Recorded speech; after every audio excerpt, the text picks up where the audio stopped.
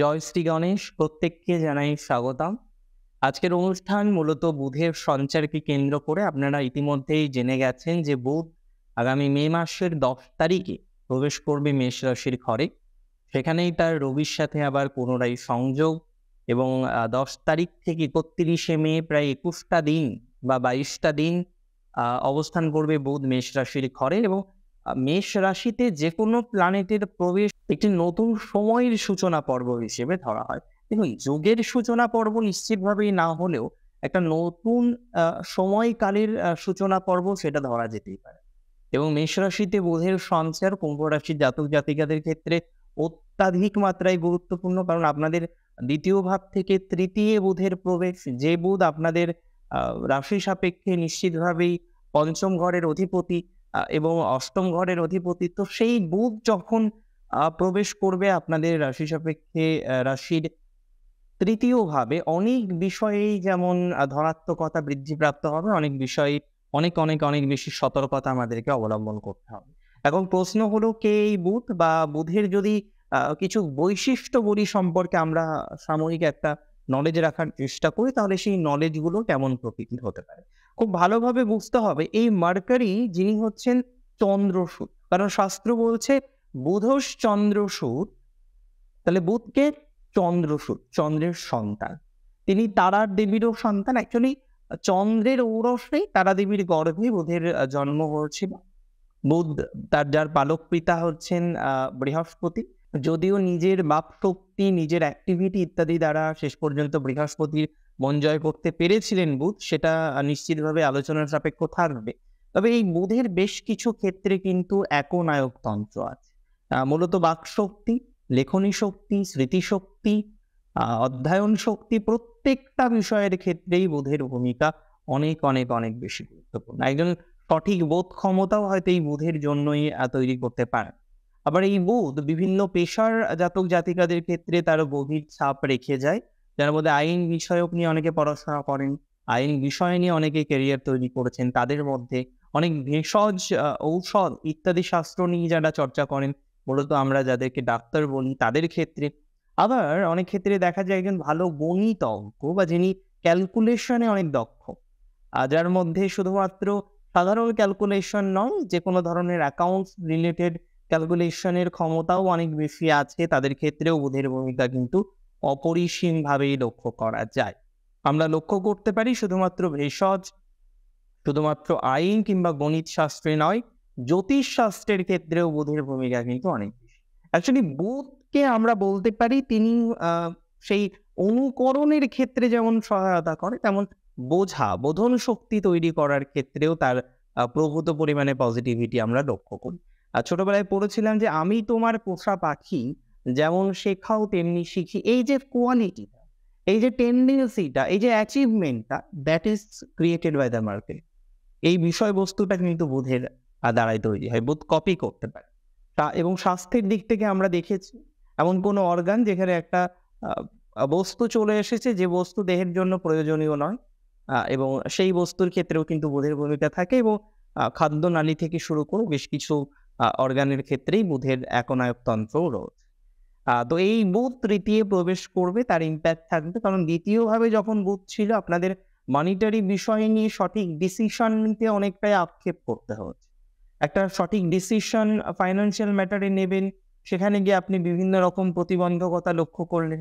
যে ডিসিশনটা নিয়ে এগিয়ে যেতে গিয়ে সেখানেও আপনি বিভিন্ন রকম প্রতিবন্ধকতা খেয়াল করলেন। যে হ্যাঁ, একটা ফাইন্যান্সিয়াল সঠিক ডিসিশন নেবেন বা থ্রু এ ফাইন্যান্সিয়াল অ্যাডভাইজার আপনি একটা সঠিক ডিসিশন পাবেন, সেটা কিন্তু বিগত দিনে হচ্ছিল না, যেটা একটা অসুবিধার জায়গা জন্ম দিচ্ছিল। মূলত রাশি যদি আপনার হয়ে থাকে নিশ্চিতভাবেই কুম্ভ রাশি। আবার কুম্ভ রাশির ক্ষেত্রে আমরা লক্ষ্য করলাম যে একটা ফাইন্যান্সিয়াল হ্যাজার্ড বা একটা ফাইন্যান্সিয়াল ক্রাঞ্চ, সেটা প্রবাবলি আপনার লোন মঞ্জুর হচ্ছে না তার কারণে, সেটা প্রবাবলি আপনি এতটাই লোনের মধ্যে জর্জরিত অবস্থার মধ্যে চলে এসেছেন সেটার কারণে। আবার অনেক ক্ষেত্রে আমরা লক্ষ্য করেছি বুধের এই সঞ্চারের প্রভাবে বেশ কিছু ক্ষেত্রেই পজিটিভিটি ইনক্রিজ করবে বা ইনক্রিজ করার মতো অবকাশ রয়েছে, যার মধ্যে সব থেকে গুরুত্বপূর্ণভাবে যে জায়গাটা থাকছে সেটা হচ্ছে আপনাদের সম্পর্ক। এবং অনেকেই আছেন যারা বিলং করেন কুম্ভ রাশির জাতক জাতিকাদের মধ্যে, তাদের কিন্তু সম্পর্কের ক্ষেত্রে যোগাযোগ অনেকটাই কমেছে। এখন দেখুন, ফিফথ হাউসের থার্ড হাউস কোন হাউস সেটাকে বুঝতে হবে। সেটা হচ্ছে নিশ্চিতভাবেই ফিফথ এর 11। তাহলে একটা প্ল্যানেট ভাবোদ্ভাবন অনুসারে সে যখন তার ভাবের একাদশ ভাবে আসছে, সেই ভাবটাকে কিন্তু বর্ধন করতে সাহায্য করবে। তাহলে এই বিষয়টা বলা যেতে পারে। এমন অনেকে আছেন যাদের রাশি হচ্ছে কুম্ভ, যাদের বর্তমান সময়ে সম্পর্ক ইত্যাদি জায়গা বিশেষ সুবিধাজনক নয়। তাদের বর্তমান সময়ে সম্পর্ক ইত্যাদি জায়গা থেকে নানা রকমের প্রতিবন্ধকতা আসছে। আমি মনে করি, I strongly believe, তাদের ক্ষেত্রে কিন্তু ধনাত্মকতার মাত্রা বাড়বে। আমি মনে করি, I strongly believe, তাদের ক্ষেত্রে কিন্তু পজিটিভিটির মাত্রা বাড়বে। এবং শাস্ত্র বলছে যে পঞ্চমের একাদশ ভাবে বুধের অবস্থান করার জন্য যোগাযোগ, কমিউনিকেশন, সেলফ প্রফেশন, রিলেশনশিপ, যে কোনো ফ্যামিলি রিলেশনশিপ, শত্রু সমস্যা ইত্যাদি বিষয় অনেকটা কমতে পারে। সেলফ প্রফেশন নিয়ে বেসিক্যালি এই সঞ্চারে অনেকটাই প্রভাবিত হওয়ার সংযোগ রয়েছে। মূলত অনেকেই আছেন যারা কুম্ভ রাশির মধ্যে থেকে বিলং করেন এবং খুব ভালো সেলফ প্রফেশনের সাথে অ্যাটাচ। অনেকেই রয়েছেন মার্কেটিং এর সাথে, সেটা মানি মার্কেটিং হোক, প্রোডাক্ট মার্কেটিং হোক, ডিজিটাল মার্কেটিং হোক। অনেকেই রয়েছেন সোকল্ড ভাবে যারা যুক্ত রয়েছেন ফ্রিল্যান্সিং এর সাথে, তার সাথে অ্যাটাচ এবং খুব ভালো করছেন, তাদের ক্ষেত্রে পজিটিভিটি আছে। অনেকেই রয়েছেন যারা বর্তমানে যুক্ত রয়েছেন মূলত সোশ্যাল মিডিয়া রিলেটেড বিভিন্ন বিষয়ের সাথে, যার মধ্যে সোশ্যাল মিডিয়া ইনফ্লুয়েন্সার হিসেবে অনেকে কাজ করছেন, সাকসেসফুলি করছেন। অনেকে ইউটিউব, ফেসবুক ইত্যাদির মাধ্যমে ব্লগ করার চেষ্টা করছেন, বা আপনার অনলাইন মাধ্যমে কিছু বিজনেস আইডিয়াস রয়েছে। তো এই বিষয়বস্তুর সাথে যারা অ্যাটাচড আছেন, যুক্ত আছেন, সংযুক্ত আছেন, তাদের ক্ষেত্রে ধনাত্মকতার মাত্রাটা বাড়বে। বুধের এই সঞ্চারে আমাদের কয়েকটি বিষয় নিশ্চিতভাবে মাথায় রাখতে হবে। যেমন ডিসিশন। দেখুন, মাল্টিপল ডিসিশন মেকআপ, প্রত্যেকে যখন একটা সঠিক সিদ্ধান্ত আমরা নেওয়ার চেষ্টা করি, অনেক রকমের সিদ্ধান্ত আসে। কিছু সিদ্ধান্ত পজিটিভ হয়, কিছু সিদ্ধান্ত নেগেটিভ হয়, এবং এটা চিরবাস্তব। এটা নয় সব সিদ্ধান্ত আপনার সঠিক হবে, সেটা হয় কখনো বলুন তো? হ্যাঁ, কিছু সঠিক হবে, কিছু বেঠিক হবে, এটা নিয়েই তো জীবন, এটা নিয়েই তো জীবনে চলা।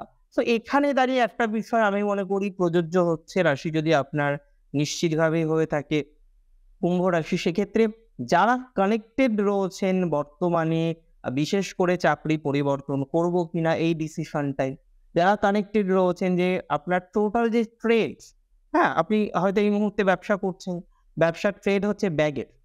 ব্যাগ বলতে আপনারা জানেন ব্যাগের বিভিন্ন বিজনেস হয়, স্কুল ব্যাগ হতে পারে, নর্মাল ব্যাগ হতে পারে।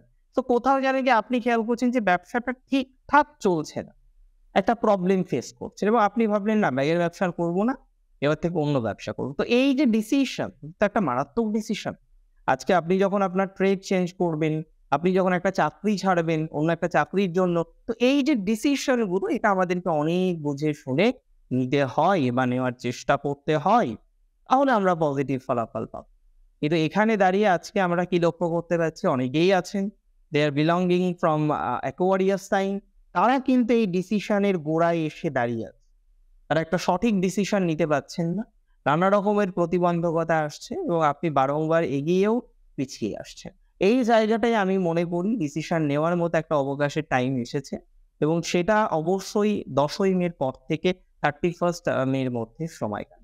তাহলে এই সঞ্চার আমরা দেখলাম একটা সঠিক ডিসিশনের দিকে নিয়ে যাবে। আবার আমরা এর আগে যখন আলোচনা করলাম রিলেশনশিপ, সম্পর্ক, যোগাযোগ, কমিউনিকেশন, আপনার ব্যবসা, সেলফ প্রফেশনে বিশেষ করে, তার ক্ষেত্রে একটা পজিটিভিটির মাত্রাটা বাড়াবে। তারপরে ফিফথ হচ্ছে 7th এর 11। তাহলে যারা ব্যবসা করছেন, ব্যবসায় যোগাযোগহীনতায় ভুগছেন, এবং মূলত আপনি ব্যবসায় ফ্র্যাঞ্চাইজি নিয়েছেন, সেখানে একটা সমস্যা, একটা আইনি জটিলতা হঠাৎ করেই মেবি তৈরি হয়েছে।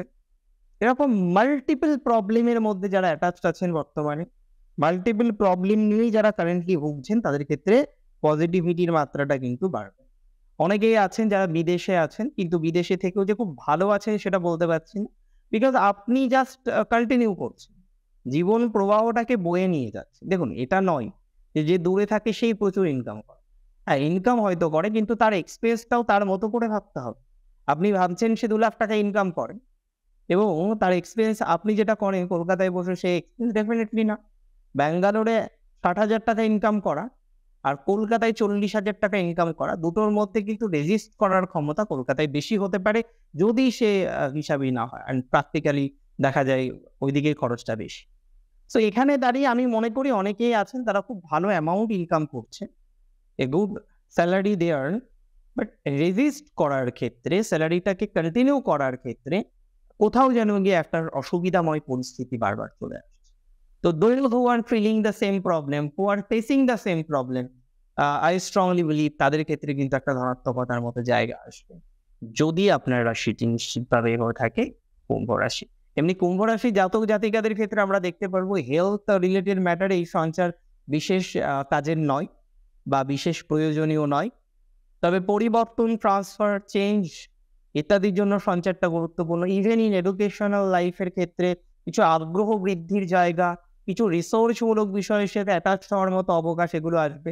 অনেকে ল্যাব লিটিগেশনে জড়িয়ে আছেন কুম্ভ রাশির মধ্যে, and they are facing a great problem or huge problem. এবং একটাই পরিকল্পনা আপনার, একটাই চিন্তা ভাবনা আপনার যে কবে এই ধরনের সমস্যা থেকে বেরিয়ে আসতে পারবেন। আপনি যদি আমায় প্রশ্ন করেন এই ধরনের সমস্যা থেকে আদতেও বেরিয়ে আসা যাবে কিনা, যদি বেরিয়ে আসা যায় কবে বেরিয়ে আসা যেতে পারে, আমি কিন্তু আপনাকে উত্তর দেব যে এই সময়ে কিছু ল লিটিগেশনের সংযোগ দেখছি। That can be for your relationship problem, that can be for your professional problem, that even can be for your personal life related. So কোথাও যেন গিয়ে এই যে পার্সোনাল লাইফ, এই যে প্রফেশনাল লাইফ, এই বিষয়কে কেন্দ্র করে যে বা যারা বর্তমানে ফেস করছেন একটা হিউজ সমস্যা রিগার্ডিং ল লিটিগেশন, কিছুটা মৃদুমন্দ হবে, এটা নিয়ে অস্বীকার করার কোনো জায়গা নেই। অ্যান্ড যেহেতু ইন দ্য মিন টাইম আপনাদের জন্মছক সাপেক্ষে যে 10th হাউসের লর্ড, নো ডাউট সেই লর্ডের যে পজিশন সেটা তুলনামূলকভাবে আমি মনে করি বেশ। তো কোথাও যেন গিয়ে কুম্ভ রাশি জাতক জাতিকাদের সেই ধরনের কিছু পজিটিভিটি জায়গা আমরা পাবো বা পাওয়ার সংযোগ রয়েছে। তবে হ্যাঁ, মে মাসের 15 থেকে 21 এই সময়টা আমি আগেও বলেছিলাম একটা অঙ্গারক যোগের প্রভাব আমাদের জীবন চক্রে আসতে পারে। তাহলে এই সময় কিন্তু সাবধানে থাকতে হবে। দেখুন, জ্যোতিষশাস্ত্রে এমন হয় না যে একটা ট্রানজিট মানে শুধু সেই ট্রানজিটকে নিয়ে আলোচনা করতে হবে, আদার প্ল্যানেটস এর কোনো ভূমিকা থাকবে না। ডেফিনেটলি আদার্স প্ল্যানেট গুলোরও ভূমিকা থাকবে। আমাদের সেই ভূমিকাটাকে খুঁজে নিতে হবে এবং সবকটা আলোচনার ক্ষেত্রেই রিলেটেড রাখতে হবে টপিকটাকে। নাহলে দেখা যাবে একটা ট্রানজিট মনে হচ্ছে এক ধরনের ফল দেবে, আরেকটা ট্রানজিট মনে হচ্ছে আরেক ধরনের ফল দেবে। সো গতানুগতিকভাবে যদি আমরা এটাকে কম্পাইল করতে না পারি তাহলে কিন্তু সমস্যার জায়গা আসতে পারে। সো কল্ড ভাবে যারা জমি কেনার পরিকল্পনা করছেন এবং হয়তো কিনে নেবেন, রাশি যদি কুম্ভ হয়ে থাকে কিছুটা পজিটিভিটির মাত্রা বাড়তে পারে। ইঞ্জিনিয়ার যারা আছেন, যারা মূলত অ্যাটাচ রয়েছেন এমন কোনো প্রফেশনের সাথে যে প্রফেশনটা সাধারণত একটু নড়বড়ে প্রকৃতির, মানে এই যাবে এই নতুন একটা পাবো এই ধরনের কর্পোরেটের সাথে অ্যাটাচ রয়েছেন, তাদের ক্ষেত্রে পরিবর্তনের ভাইবস অনেক ভালো। সো আমি পরিবর্তনে আলোচনা করছি না, যারা পরিবর্তন করতে চাইছেন করে নিতে পারেন, খুব একটা অসুবিধা হবে বলে মনে হচ্ছে না। কুম্ভ রাশি জাতক জাতিকাদের এই যে বুধের সঞ্চার অনেক বিষয়ে ইম্প্যাক্ট ফেলছে, তার একটা রূপরেখা, তার একটা ব্লুপ্রিন্ট নিয়ে আলোচনা করার চেষ্টা করলাম। কেমন লাগলো আজকের অনুষ্ঠান আমাকে জানাবেন কমেন্টের মাধ্যমে। প্রচুর প্রচুর প্রচুর ভালো থাকতে হবে আপনাদের প্রত্যেককে, অনেক বেশি সুস্থ থাকুন। শেষ করছি আজকে এখানেই। জয় শ্রীরাম।